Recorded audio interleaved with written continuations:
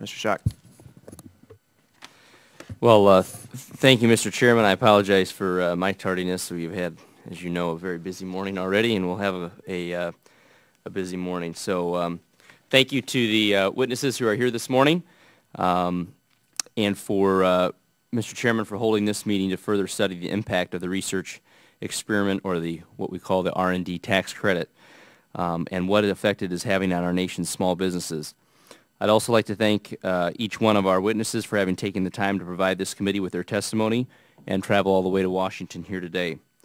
The R&D tax credit has been available for businesses large and small for over 20 years.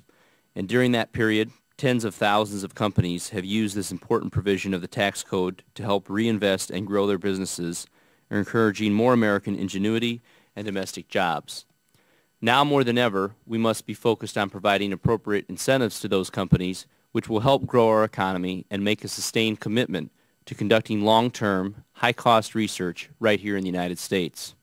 The R&D tax credit is a positive motivation for U.S. investment, innovation, and something which will help to contribute to a stronger economy and a higher standard of living for American workers. Simply put, the R&D tax credit stimulates immediate business investment decisions with long-term benefits to the U.S. economy. Since the R&D credit is only available for research performed in the United States, it remains a job creator that cannot be exported.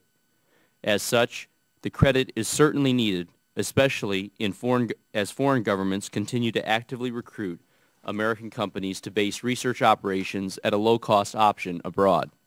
Regrettably, Congress has repeatedly failed to provide long-term insight to extend this credit beyond just a few short years. The fact that the R&D credit has proven itself popular enough to be extended 13 times is all the evidence this Congress needs to know that we should stop playing games and make the credit permanent.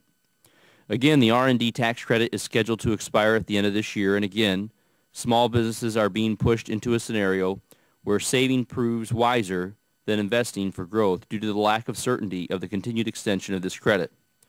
With such confusion, businesses are unable to factor the full benefits of the R&D credit into their research budgets, long-term commitments, and their capital needs.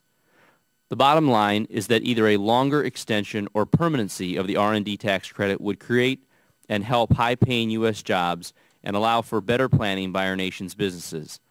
I am optimistic that today we will hear from those small businesses that are directly affected by this tax credit. I look forward to hearing from you, and I look forward to hearing all of you regarding the necessity of the R&D tax credit, as well as specific changes so that we can continue to incentivize the risk-taking, entrepreneurship, and investment necessary to grow our economy and create good-paying American jobs. I yield back, Mr. Chairman.